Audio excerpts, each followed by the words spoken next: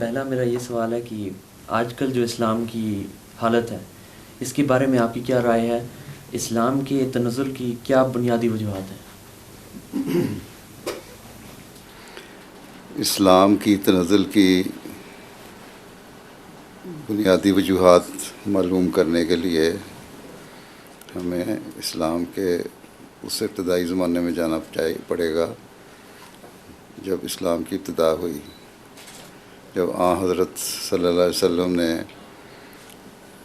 ایک قوم کو، جو بگڑی ہوئی قوم تھی، اس میں تشریف لا کے ان کو ٹھیک کیا، ان کو انسان بنایا، جس طرح کہ حضرت محمد صلی اللہ علیہ وسلم نے فرمایا، پھر ان کو جانوروں سے انسان بنایا، تعلیم یافتہ انسان بنایا، پھر باخدا انسان بنایا، اور وہ لوگ اللہ تعالیٰ کی پہچان کرنے لگ گئے۔ اور ایسے جب یہ حالت ہو گئی تو اس وقت پھر آپ نے یہ پیشگوئی فرمائی کہ ایک زمانہ آئے گا جب یہ لوگ، ان کی ایسی اعلیٰ تعلیم ہے، یہ دوبارہ ان کی وہی حالت ہو جائے گی،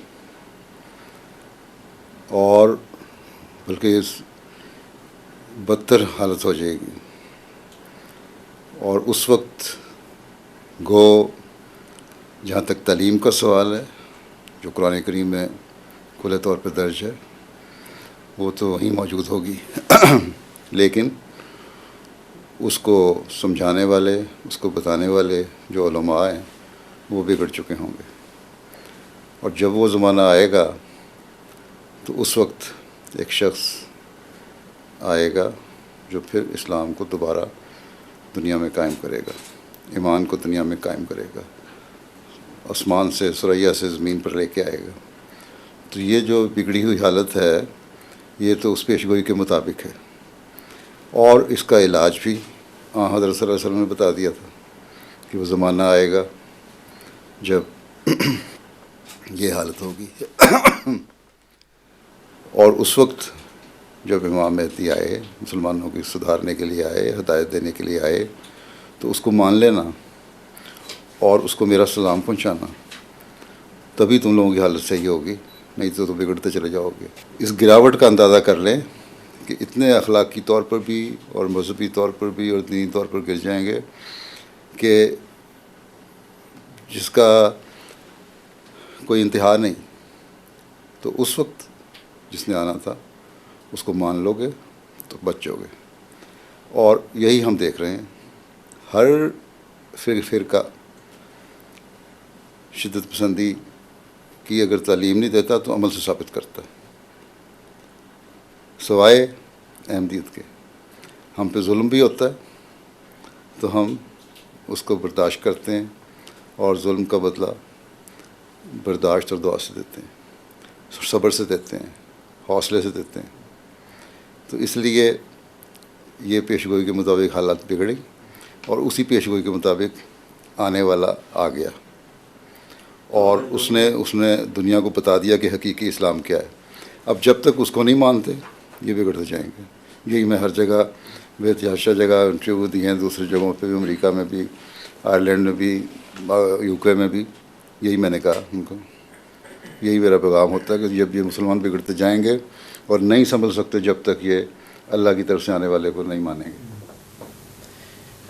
تو آپ کی رائے میں اس وقت جو لوگوں کے اسلام کے بارے میں جو سب سے بڑی غلط فہمی کیا ہے؟ آپ جرنلسٹ ہیں، آپ کو پتہ ہونا چاہیے غلط فہمی کیا ہے۔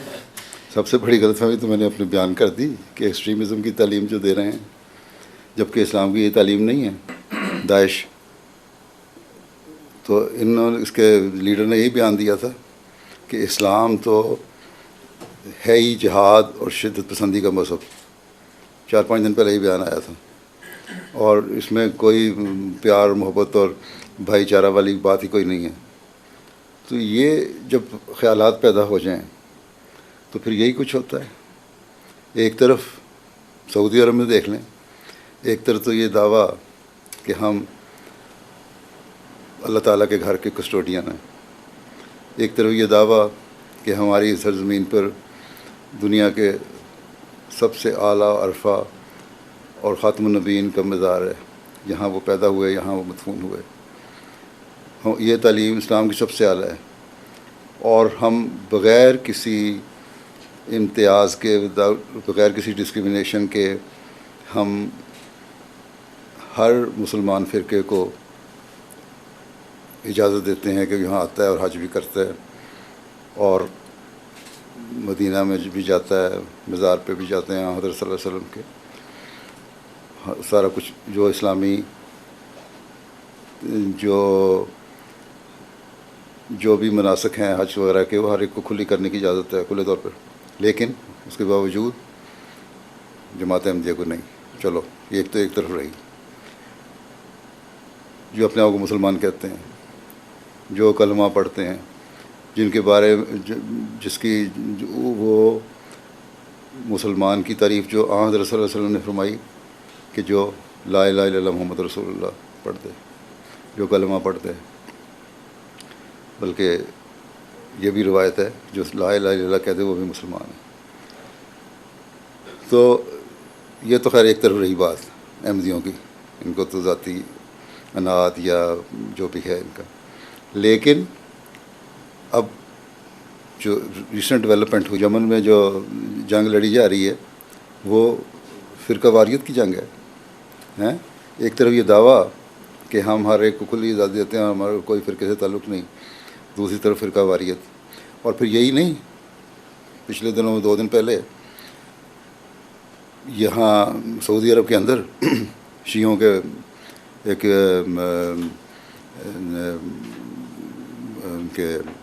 مسجد تھی یا امام بارگاہ تھی، وہاں حملہ ہوا اور 10 کے قریب شاید مر گئے ہیں، 22 مر گئے اور کافی سارے زخمی بھی ہوئے. تو وہاں بھی یہ شروع ہو گیا، اس لیے کہ یہ ان کے اپنے پیدا کرتے ہیں. پھر یہی لوگ سعودی عرب کی پیداوار ہیں جو سلفی ہیں، شدت پسند وہابی ہیں. تو یہ ساری چیزیں بتاتی ہیں کہ یہ لوگ جن کو مسلمان تمام فرقے جس جگہ کو سیکرٹ سمجھتے ہیں اور وہاں جاتے ہیں، اور اس بادشاہ کی بھی عزت اس لیے کرتے ہیں کہ وہاں کے کسٹوڈین ہیں، اس کے باوجود یہ لوگ مسلمان فرقوں سے یہ سلوک کرتے ہیں، اور ان کے دلوں میں جو قدورتیں ہیں وہ اب باہر نکل رہی ہیں. جو اپنے آپ کو سمجھتے تھے کہ ہم اسلام کے علم بردار ہیں، اسلام کی اصلاح کر سکتے ہیں، وہی شدت پسندی کی تعلیم دے رہے ہیں. تو شدت پسندی کی تو کوئی انتہا نہیں رہی، اب ہر جگہ چل رہی ہے، چلتی چلی جائے گی. اور یہی سب سے بڑا الزام اسلام پہ ہے، اور اسی کو لے کے ہم نے آگے بڑھنے کو. ہم جماعت احمدیہ یہی کہتے ہیں کہ تم یہی الزام لگاتے ہو جماعت کو جہادی تنظیم، جہادی ہونے کا یا ایکسٹریمسٹ ہونے کا یا شدت پسند ہونے کا، اور صرف اپنے مذہب کو صحیح سمجھتے ہو. تو یہ غلط الزامات ہیں جو نہ قرآن کریم سے ثابت ہوتے ہیں نہ حدیث سے ثابت ہوتے ہیں. جو اس وقت ہم کانفلکٹس دیکھ رہے ہیں دنیا میں، اس میں مسلمان دونوں سائڈوں پہ ایک دوسرے کی گردنیں کاٹ رہے ہیں. تو آپ کس کو زیادہ قصوروار ٹھہراتے ہیں، مسلمانوں کو یا جو مغربی جو طاقتیں ہیں اپنے مفادات کے ساتھ؟ بات یہ ہے کہ اگر آپ کو عقل استعمال نہ کریں اور میری باتوں میں آ کے غلط باتوں میں آ کے اپنے بھائی کی گردن اڑا دیں، تو قصوروار جتنا میں انسائٹ کرنے والا ہوں اتنے اس سے زیادہ آپ ہیں جو پاگل ہو گئے. جو مغربی قومیں ہیں یا وہ گروہ یا وہ لوگ یا وہ طبقہ جو اسلام کو پنپتا نہیں دیکھنا چاہتا یا کسی بھی رنگ میں اسلام کے خلاف ہے، کیونکہ اس وقت عملاً اگر کوئی کسی مذہب کو ماننے والے اس مذہب پر عمل کرنا چاہتے ہیں یا اس مذہب پہ رہنا چاہتے ہیں یا سمجھتے ہیں کہ یہی مذہب ہمارا سچا ہے اور مذہب ضروری ہے، وہ مسلمان ہیں. عیسائیت کا اکثریت طبقہ 75% سے زیادہ مذہب کو چھوڑ چکا ہے. امریکہ میں ایک زمانے میں کہا جاتا تھا بہت مذہبی لوگ ہیں، ریسنٹ سروے جو ہوا ہے وہ 65% سے زیادہ لوگ انہوں نے کہا ہمیں کوئی مذہب دلچسپی نہیں. اتنا ہی تھا نا قریب ان کی فگر، تقریباً میرا خیال ہے تقریباً 90% تھے، 2-3 سالوں میں 70% رہ گئے. ٹھیک، تو یہ فگر بتا رہے ہیں کہ مذہب سے دوری ہو رہی ہے. اور جو ہیں وہ کون سی پریکٹس کر رہے ہیں؟ یہودی جو ہیں وہاں اسرائیل میں سروے ہوا ہے، پچھلے دنوں میں اخبار میں تھا کہ ان میں سے بھی بڑی تیزی سے ایسے لوگ پیدا ہو رہے ہیں اور بڑی پرسنٹیج بڑی تیزی سے بڑھ رہی ہے جو کہتے ہیں ہمیں کوئی دلچسپی نہیں مذہب سے. مسلمان مذہب کی طرف ان کا رجحان ہے اور یہ سمجھتے ہیں کہ ہمارا مذہب صحیح ہے اور مذہب ہونا چاہیے. ٹھیک، اس مذہب کی وجہ سے جو مذہب کے خلاف قوتیں ہیں وہ چاہتی ہیں کہ اسلام بھی اسی طرح ختم ہو جائے جس طرح باقی مذاہب ختم ہو چکے ہیں، جو نہیں ہوگا. ٹھیک ہے، تو اس لیے وہ بھڑکاتی ہیں مسلمان قوموں کو، گروپوں کو، اور ان کے ہی پیدا کردہ ہیں گروپ. یہ میں کئی جگہ پہلے بھی کہہ چکا ہوں، پچھلے دنوں پیس سمپوزیم وہاں میں نے کہا تھا کہ یہ آئسس جو ہیں، نہ ان کے پاس کوئی آرمامنٹل انڈسٹری ہے، نہ کوئی ہتھیار بنا سکتے ہیں، نہ ان کے پاس وہ سائنٹیفک ریسرچ کی اپروچ ہے، نہ اتنے سوفسٹیکیٹڈ چیزیں ان کے پاس ہو سکتی ہیں، نہ ان کی اکانومی اتنی مینٹین رہ سکتی ہے. یہ سسٹینس جو ہے اکانومی کی وہ کس طرح ہو رہی ہے ان کی آئسس کی؟ کہتے ہیں کہ $6 ملین روزانہ ان کی کمائی ہے، $1 ملین ان کا خرچہ ہے ان کے انفراسٹرکچر کے اوپر، یا جو سٹاف انہوں نے رکھا ہوا ہے جو پیمنٹ کرتے ہیں، باقی پیسے کما رہے ہیں. اب یہ سوال یہ ہے کہ پیسے کہاں سے آ رہے ہیں؟ سینکشن لگاتے ہیں ایران جو ایک ملک ہے، ایک ڈیولپڈ ملک ہے، اس کی اکانومی ہے، ان کا ایک سسٹم ہے، ایک انفراسٹرکچر ہے، دنیا کے ساتھ ٹریڈنگ ہے، تعلقات ہیں. اس کے باوجود سینکشن لگتی ہے تو ان کا آئل پروڈکشن کی ریڈکشن 70% نیچے چلی جاتی ہے، لیکن آئسس کی نہیں جاتی. ٹھیک، ان کا تیل اسی طرح سمندروں میں جا رہا ہے. اگر کروڈ آئل کوئی بوتل میں بھر کے کار بوٹ میں لے جا کے تو نہیں ایکسپورٹ ہوتا، کسی ٹینکر پہ جاتا ہے نا، آئل ٹینکر جاتے ہیں، بڑے بڑے ویسل ہوتے ہیں. ٹھیک ہے، تو یہ وہ چاہتے ہیں کہ یہ لوگ کوئی نہ کوئی فتنہ اسلام کے اندر پیدا ہوتا رہے، اور یہ منافقین کا فتنہ ہے اصل میں، تو جو ہمیشہ سے اسلام نے پہلے دن سے آن صلی اللہ علیہ وسلم کے زمانے میں بھی اور بعد میں ذرا بڑھ کے اور اب پھر بڑھتا چلا جا رہا ہے. اور یہ اسلام کے ہمدرد نہیں، یہ اسلام کے مخالفین ہیں اور بیوقوف بن رہے ہیں بڑی طاقتوں کے ہاتھوں میں، اس لیے کہ ان کو پیسہ مل رہا ہے. اب جو لوگ وہاں، جو سنجیدہ طبقہ بھی ہے ایک جو چاہتا ہے کہ ہم اسلام کی خدمت کریں، وہ وہاں جاتے ہیں. یہ جو ریڈیکلائز ہو کے جا رہے ہیں لوگ یورپ سے اور UK سے اور مختلف جگہوں سے، آسٹریلیا سے بھی، امریکہ سے بھی، یہ وہاں جا کے اب ان کو احساس ہوا. اب آسٹریلیا سے پچھلے دنوں میں خبر تھی، کچھ لوگوں کو احساس ہوا واپس آنا چاہتے ہیں، اب بس واپسی کے راستے کوئی نہیں، ٹریپ ہو گئے. یا مر جاؤ لڑائی کر کے، یا جو ہم کہتے ہیں اس کے مطابق وہ ڈکٹیٹ ہوتے رہو، یا باہر نکلنے کی کوشش کرو تو تب بھی مر جاؤ. کوئی راستہ نہیں، اب بس وہیں کے وہیں رہ گئے. اب وہ انہوں نے پیغام بھیجے ہیں. اور اسی طرح پچھلے دنوں میں نے ذکر بھی کیا تھا ایک دفعہ، فرینچ جرنلسٹ جو کسی طرح جس کو آزاد کر دیا گیا وہ آیا، اس نے وہاں کی دنیا کو بتایا. انہوں نے کہا ہمیں نہیں پتہ قرآن کیا کہتا ہے، حدیث کیا کہتی ہے، اس سے کوئی تعلق نہیں، ہمیں تو یہ پتہ ہے کہ ہم کیا کہتے ہیں. اور ابھی ان کی لیڈرشپ بھی پتہ نہیں کون ہے. پہلے ابو بکر بغدادی کا نام لیا جاتا تھا، پھر سیکنڈ ان کمانڈ جو تھا وہ پچھلے دنوں امریکہ نے کلیم کیا ہم نے اس کو ہی مار دیا. اب تیسرا کون آیا؟ یا کئی ہیں اس قسم کے، ان کے نام کا فائدہ اٹھایا جا رہا ہے، یا اس کی پچھلی ڈوری کسی کے ہاتھ میں پپٹ بنے ہو، اسٹرنگ ہی ہے نا، ہلانی ہے، ادھر لے گئے ادھر لے گئے ادھر لے گئے ادھر لے گئے. تو مسلمان آپ کہتے ہیں قصوروار کون ہے؟ مسلمان کے یہ گروہ قصوروار ہیں. اور صرف یہ تو گروہوں کی حد تک ہے، پھر حکومتوں کی طرف آ جائیں حکومتیں بھی دیکھتی ہیں مغرب کی طرف، بڑی طاقتوں کی طرف، ٹھیک، اور بڑی طاقتیں ہی ان کی ڈوری کھینچ رہی ہیں. ابھی بڑا اپنی طرف سے بڑی جرات دکھائی ہے سعودی عرب کے بادشاہ نے کہ وہاں امریکہ نے کال کیا میٹنگ 6-7 ہیڈ آف اسٹیٹس کے کہ میں نہیں جاؤں گا، اپنا نمائندہ بھیجوں گا. بڑا لوگ سمجھ رہے واہ واہ کمال ہو گیا. مریض ہے، اس کو تو پتہ ہی کچھ نہیں ہو کیا رہا ہے، سب کچھ بدل دیا اس نے. جس کو بھیجا ہے وہ وہی طاقتور چیز تھی جو چلا گیا امریکہ. ٹھیک، یہ بھی لوگوں کی غلط فہمی ہے کہ جی اس نے بڑا اپنے کو کھڑا ہوا ہے ان کے سامنے. کچھ بھی نہیں کھڑا ہوا. وہ بھی ڈر رہے ہیں کیونکہ سب کچھ ان سے لیتے ہیں. امریکہ کے کسینو ان کے سر پہ چل رہے ہیں اور ان کی اپنی ریاست امریکہ کے سر پہ چل رہی ہے. ان کی بھاگ دوڑ اسرائیل کے ہاتھ میں ہے. اب اسرائیل سعودی عرب کہتا ہے شاباش شاباش ایران پہ حملہ کرو، اور یہ کر رہے ہیں شیعوں کو مار دو. تو یہ سب کچھ کیا ہے حکومت. اور اسی طرح حکومتیں بھی ان طاقتوں کے ہاتھ میں، اور وہ طاقتیں چاہتی ہیں کہ کوئی ملک ڈیولپ نہ کرے. مجھے پچھلے دنوں کی بات ہے، میرا ایک عزیز آیا قطر میں کہ جی قطر بڑی ڈیولپمنٹ ہو رہی ہے، وہاں ہو رہا ہے.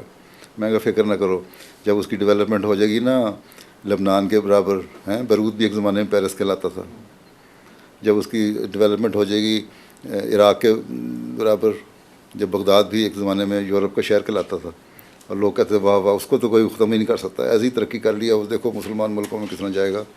میں کہا جب ان کو یہ پتہ لگ جائے گا نا اس لیول پہنچ گیا، پھر اس کو ماریں گے ایسا کہ یاد آ جائے گا. تو اس لیے خوش فہمی میں نہ رہیں مبتلا کسی بھی. کچھ عرصے سے دنیا بوکو حرام اور آئسس کی خلافت کے بارے میں سنتی ہے، مگر خلافت احمدیت اور اس خلافت جو ہم جس کا جرمنوں کو جو سنتے ہیں اس میں فرق کیا ہے؟ بات نا خلافت کا جہاں تو تعلق ہے، یہ تو نئی خلافت اور نہیں. بوکو حرام والے کلیم کرتے ہیں ہم خلیفہ، یہ کلیم کرتے ہیں آئسس والے کہ ہم خلیفہ، میں خلیفہ اسلام کا.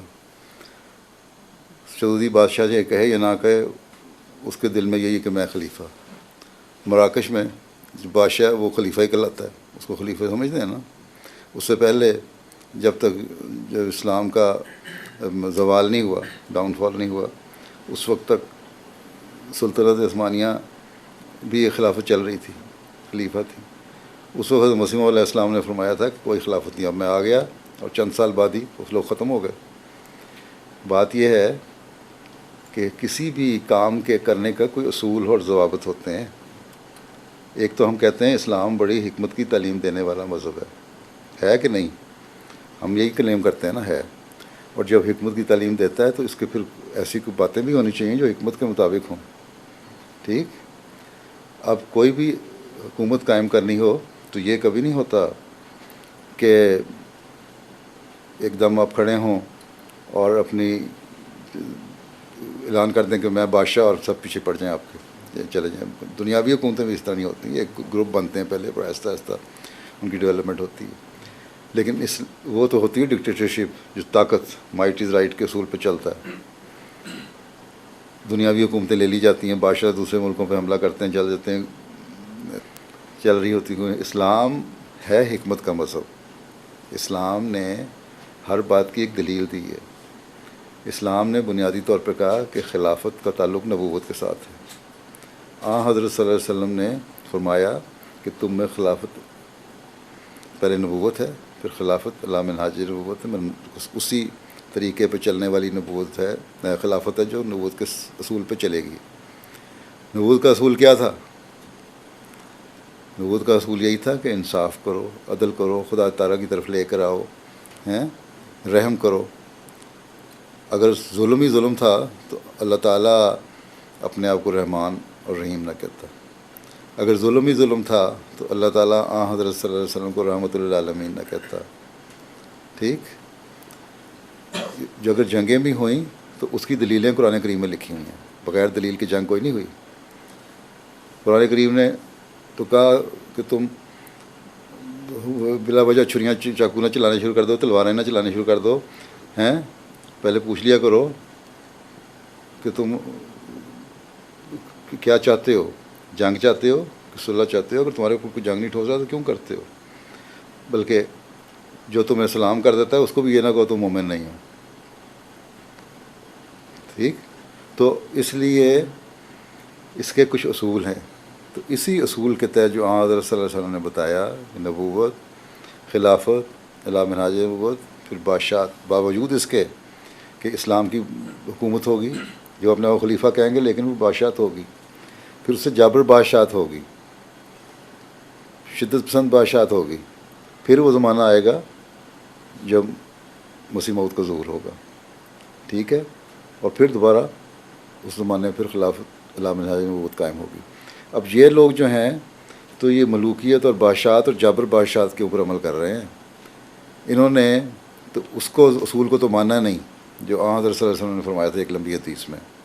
تو وہ اصول یہی تھا کہ بعد میں مسیح موعود آتا اور اس کے بعد خلافت قائم ہوتی اور پھر خلافت اسلام کی تعلیم کو جاری کرتی.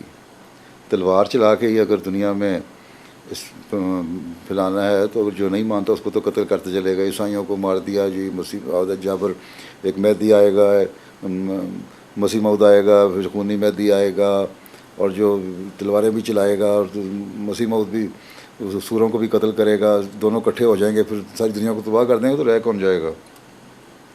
مطلب یہ لمبا ایک ہے، مختصر خلاصتاً بیان کر رہا ہوں میں. تو اصل اصول یہی ہے جو آن صلی اللہ علیہ وسلم نے فرمایا کہ خلافت حقیقی وہ ہوگی جو میرے مہدی کے آنے کے بعد کہا. یہیں خلافت شروع ہوئی اور یہیں سے خلافت شروع ہوگی، بغیر نبوت کے خلافت ہو نہیں سکتی. ٹھیک، اسی صورت میں ہونا تھا جو 1400 سال کے بعد مسیح موعود نے آنا تھا، اور پھر اس کے ذریعے سے آگے خلافت قائم ہونی تھی جو نبوت کی بنیاد پہ، اسی طریق پہ، انہی اصولوں پہ چلنی تھی. یہ فرق ہے کہ ہم اسلام کی تعلیم کے مطابق عمل کرتے ہیں اور کئی اصول و قواعد کے ذریعے سے خلافت کرتے ہیں. یہ نہیں کہ میں کھڑا ہو گیا تو میں نے اعلان کر دیا میں خلیفہ ہوں اور آپ نے بیعت کر لی میری. میں تو بچتا تھا کہ خلافت نہ ہی ملے تو اچھی بات ہے، زبردستی مجھے کھینچا گیا. یہاں جو دنیاوی خلافت ہے وہ زبردستی کھینچی جاتی ہے، اور جو حقیقی خلافت ہے وہ زبردستی دی جاتی ہے، اللہ تعالیٰ کی طرف سے دی جاتی ہے، لوگوں کے دلوں میں ڈال کے دی جاتی ہے.